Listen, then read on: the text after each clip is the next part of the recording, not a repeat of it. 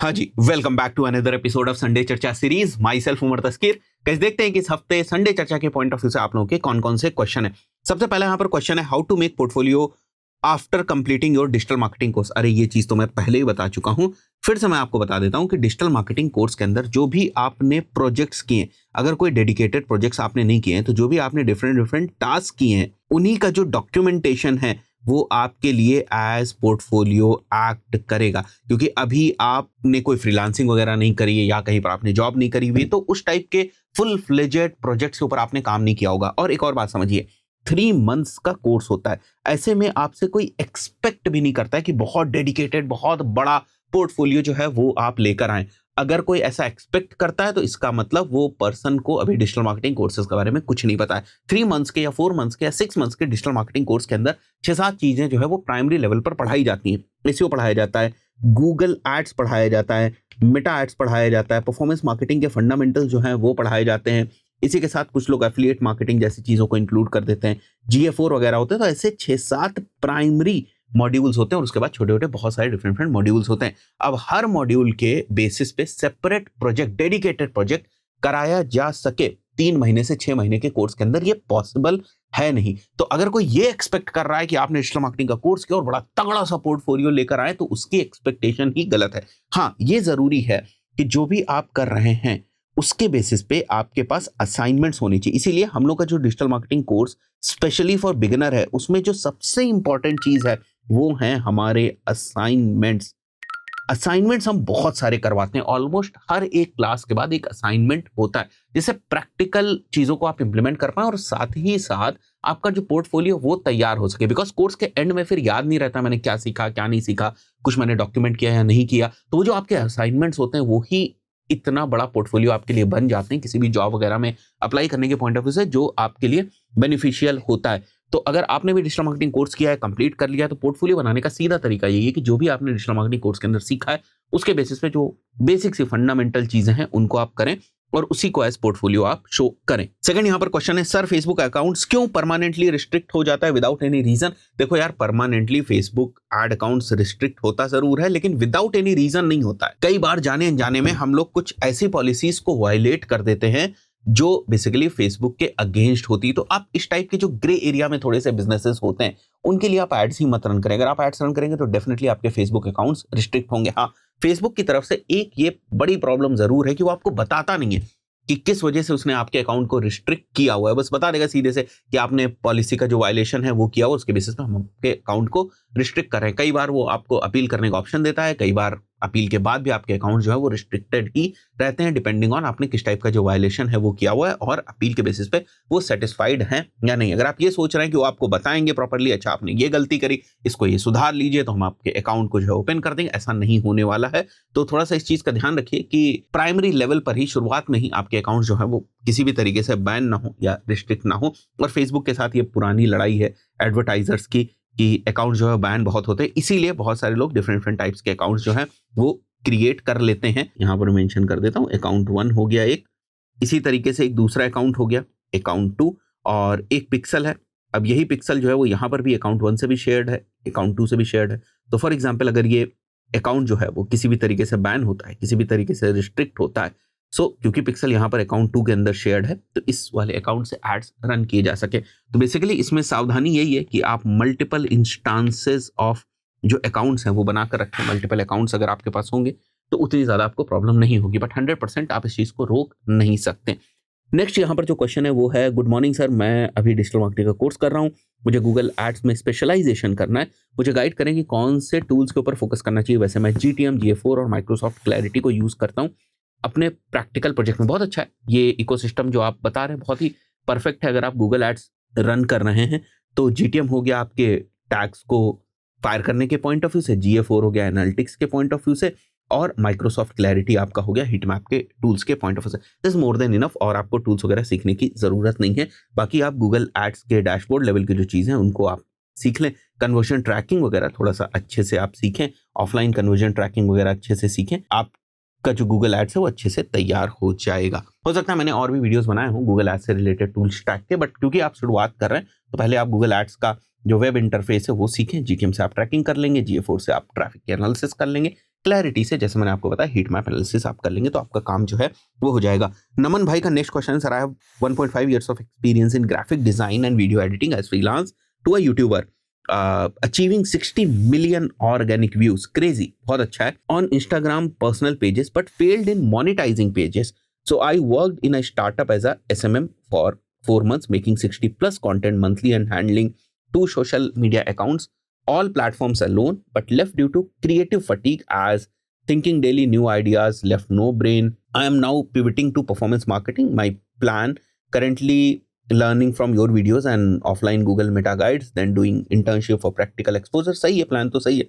Then target brand manager role in 2 to 4 years. Is this a sound strategy given my background? Please share your advice. Was my decision good or not for learning performance marketing? अगर performance marketing सीखना चाहते हो कोई भी दिक्कत की बात नहीं, बट जो आपका बैकग्राउंड है उससे मुझे ये समझ में आता है कि आपको कंटेंट की अच्छी समझ है। यूट्यूब पे आपने इतने डेडिकेटेड तरीके से काम किया, उसके बाद सोशल मीडिया के ऊपर आपने काम किया, so what I believe is आपको ये समझ में आता होगा कि वीडियोस किस तरीके से परफॉर्म करते हैं, उसमें हुक्स वगैरह जो हैं वो क्या होते हैं वीडियोस के अंदर।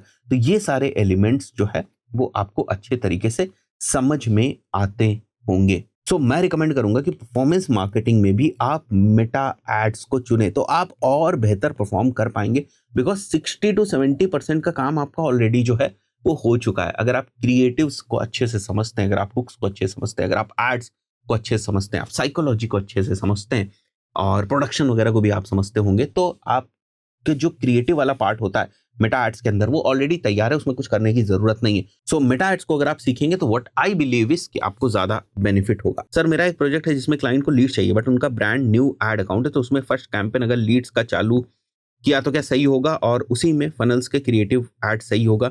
सेकंड इनका क्वेश्चन है, मैं बहुत लोगों से सुना है उनका परसेप्शन है कि engagement campaigns works better than leads campaign, is this true? नहीं, ऐसा नहीं है। लीड्स कैंपेन के साथ आप शुरुआत कर सकते हैं। एंगेजमेंट कैंपेन तब बेहतर काम करता है जब आप व्हाट्सएप वगैरह के ऊपर ट्रैफिक जो है वो डाइवर्ट कर रहे हो। अगर आप व्हाट्सएप वगैरह के ऊपर ट्रैफिक नहीं डाइवर्ट कर रहे हैं, अगर आप इंस्टेंट फॉर्म यूज कर रहे हैं या फिर अगर आप लैंडिंग पेजेस यूज कर रहे हैं, लैंडिंग पेजेस के ऊपर ट्रैफिक लेकर जा रहे हैं, उस पर्टिकुलर सिनेरियो में आपको लीड्स कैंपेन ही रन करना चाहिए। शुरुआत में आपने मेंशन किया है उनका ब्रांड न्यू एड अकाउंट है, तो उसमें फर्स्ट कैंपेन अगर लीड चालू करें, हाँ कर सकते हैं। विकास भाई का नेक्स्ट क्वेश्चन है, सर एक क्लाइंट है सीमेंट डीलर बिजनेस वाला, उनको सिर्फ गूगल एड से लीड चाहिए, मैंने बोला लैंडिंग पेज की जरूरत है, फिर वो बोलते हैं मुझे फर्स्ट मंथ बढ़िया से लीड लाकर दिखाओ, फिर मैं नेक्स्ट मंथ से जो चाहोगे वो बनवाऊंगा, तो मुझे क्या करना चाहिए लीड फॉर्म बनाने के लिए? भाई साहब मैं अगर होता तो मैं तो ये काम ही नहीं लेता। भाई जिसको ये नहीं समझ में आ रहा है कि परफॉर्मेंस मार्केटिंग में एफर्ट्स लगते हैं, पहले वो बोल रहे हैं कि लीड लाकर दो फिर हम लैंडिंग पेज बनवाएंगे, तो लीड्स आएंगी कैसे? लीड फॉर्म कैसे बनेगा? अगर लैंडिंग पेज ही नहीं है तो ट्रैफिक आप कहां पर लेकर जाओगे? गूगल एड्स से जो आप एड्स रन करेंगे उससे डेटा कहां से आएगी? तो लीड्स ही नहीं आएंगी, तो कोई बिना मतलब का डिस्कशन करने से कोई फायदा नहीं है। मेटा के ऊपर अगर आप रन करें तो ठीक है, चलो इंस्टेंट फॉर्म वगैरह से आप अगर रन करना चाहें तो आप रन कर सकते, but I am not sure कि रिजल्ट्स आपको आएंगे या नहीं आएंगे। बट भाई साहब इस टाइप के माइंडसेट के साथ मैं तो काम नहीं करता हूं, क्योंकि आप इस बात को समझो ना, सामने वाला पर्सन समझ ही नहीं रहा है कि डिजिटल मार्केटिंग करने के लिए किन किन चीजों की जरूरत है, और उसके बाद बोल रहे हैं कि अगर पहले मन से बढ़िया सी लीड्स आ गई तो उसके बाद जो आप बोलोगे वो मैं करूंगा, तो लीड्स ही नहीं आएंगे मेरे भाई, आप समझो तो मेरी बात। बल्कि शुरुआत में ज्यादा एफर्ट्स करने की जरूरत होती है, शुरुआत में ज्यादा रिसोर्सेज डिप्लॉय करने की जरूरत होती है, शुरुआत में ज्यादा टेस्टिंग होती है। लैंडिंग पेज नहीं काम किया तो ये ट्राई कर लेते हैं, ये नहीं किया तो ये ट्राई कर लेते हैं, तो शुरुआत में ज्यादा रिसोर्सेज लगती है, उसके बाद आपको समझ में आने लगता है किस बिजनेस के लिए कौन सी चीज चल रही है, तो उसी को फिर आप स्केल करने की कोशिश करते हैं। जय भाई नेक्स्ट क्वेश्चन पूछा, I started with SEO at 5K then 11K after 3 months, now I am getting 15K after 6 months, I feel I have learned most of the SEO, now I want to learn Google Ads too, but my current job is only SEO, should I keep working here and learn ads side by side or switch to a role where I can learn Google Ads? ऐसा करना ही क्यों चाहते हैं जय भाई? अगर आप completely switch करना चाहते हैं SEO से Google Ads के अंदर फिर तो ठीक है, बट अगर आप ये सोच रहे हैं कि आपने अभी SEO 100% सीख लिया, it's not like that. 6 months के अंदर अभी आपने 100% नहीं सीखा है। अरे बहुत सारे लोग तो 10, 15, 20 प्रोजेक्ट्स के ऊपर काम कर चुके हैं, सक्सेसफुली डिलीवर कर चुके हैं, तब भी फंस जाते हैं, तब भी बहुत सारी चीजें उनको नहीं पता होती हैं। तो मैं तो हमेशा ये रिकमेंड करता हूँ कि अगर आप SEO में हैं तो आप SEO में ही अपना करियर आगे बढ़ाने की कोशिश करें, अगर आप एड्स में हैं तो एड्स में ही अपना करियर जो है वो आगे बढ़ाने की कोशिश करें। अगर आप स्विच कर रहे हैं और इस माइंडसेट से स्विच कर रहे हैं कि नहीं अब मेरे को इनफ SEO आ गया, मेरे को और SEO सीखने की जरूरत नहीं है, इसलिए मैं गूगल एड्स में जा रहा हूँ, वो माइंडसेट गलत है। एसईओ आपको फिर भी जो है पैरेलली और ज्यादा सीखना जो है वो पड़ेगा। अगर आप गूगल एड्स ट्राई करना चाहते हैं, सीखना चाहते हैं, साइड बाय साइड अगर सीखना चाहते हैं सीख सकते हैं, बट पर्पस जरूरी है पता होना कि आप जो है वो 1 साल 1.5 साल ये सारी चीजें सीखने के बाद अपना कुछ करना चाहते हैं, इसलिए इतनी सारी मल्टीपल चीजें जो हैं वो सीख रहे हैं, या आप डिजिटल मार्केटिंग में हार्डकोर जॉब करना चाहते हैं, सारी चीजें सीखना चाहते हैं, इसलिए जो है वो आप ये चीजें सीख रहे हैं। अच्छा, एक और चीज समझिए, बहुत सारे लोगों का ये माइंडसेट होता है कि मेरे को जितनी ज्यादा चीजें आएंगी उतनी अच्छी मेरे को सैलरी जो है वो मिलेगी। ऐसा नहीं, अगर आपको एसईओ अच्छा आता है तब भी आपको बेहतर सैलरी मिल सकती है। अगर आपको सब चीजें आती हैं फिर भी हो सकता है आपको उतनी अच्छी सैलरी ना मिले। तो ऐसा नहीं है कि मुझे एसईओ भी आता है, एड्स भी आता है, मेटा एड्स भी आता है, गूगल एड्स भी आता है, इसलिए मेरे को ज्यादा सैलरी मिल जाएगी। उस गलत फहमी में आप ना रहें। बाकी जो आप बोल रहे हो कि मैं करंट जॉब करते हुए एड्स सीखना चाहता हूं, वो भी कर सकते हैं। अगर कंप्लीटली आप अपने करियर को ट्रांजिट करना चाहते हैं तो गूगल एड्स में जाकर भी आप जो है वो काम कर सकते हैं, प्योरली गूगल एड्स में, और एसईओ को लीव कर सकते हैं। दोनों ही ऑप्शंस है।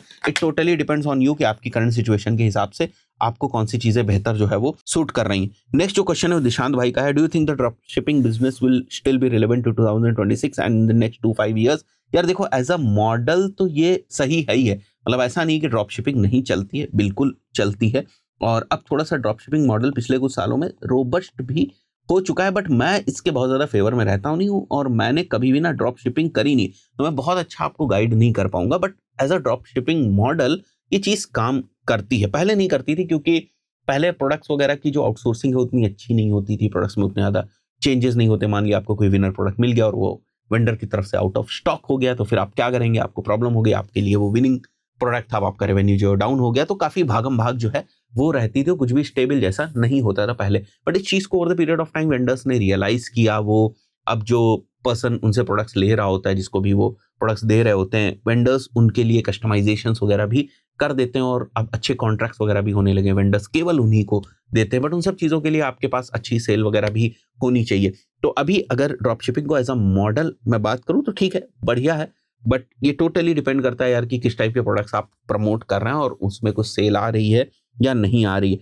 मैं बेसिकली ड्रॉप शिपिंग नहीं करता हूं, मैं बहुत ज्यादा इसके ऊपर टिप्पणी कर नहीं सकता। हाँ, अपने स्टूडेंट्स के पॉइंट ऑफ व्यू से अगर मैं बताऊं आपको, तो उन्हें मैं गूगल एड्स और मेटा एड्स ही सिखाता हूं। अब वो इसको ड्रॉप शिपिंग में यूज करना चाहते हैं, एजेंसी में यूज करना चाहते हैं, किसी इन हाउस टीम के साथ यूज करना चाहते हैं, अपने बिजनेस में यूज करना चाहते हैं, इसको सीख कर अपनी एजेंसी खोलना चाहते हैं, फ्रीलांसिंग करना चाहते हैं, उनके ऊपर डिपेंड करता है। हमारा काम है कि मीडिया बाइंग कैसे करते हैं, एड्स कैसे रन करते हैं, उन चीजों को सिखाना। आई थिंक सो बहुत सारे लोगों को इन क्वेश्चन से मदद मिली होगी। अगर आपको भी कोई क्वेश्चन पूछना है तो इस वीडियो के कमेंट सेक्शन में अपने क्वेश्चन पूछ सकते हैं। नेक्स्ट संडे चर्चा वाले एपिसोड हम कोशिश करेंगे इन क्वेश्चंस को पिकअप किया जाए। एक और चीज, अगर आपको हमारे कोर्सेज एक्सप्लोर करने तो आप learn.umartasky.com पे जा सकते हैं।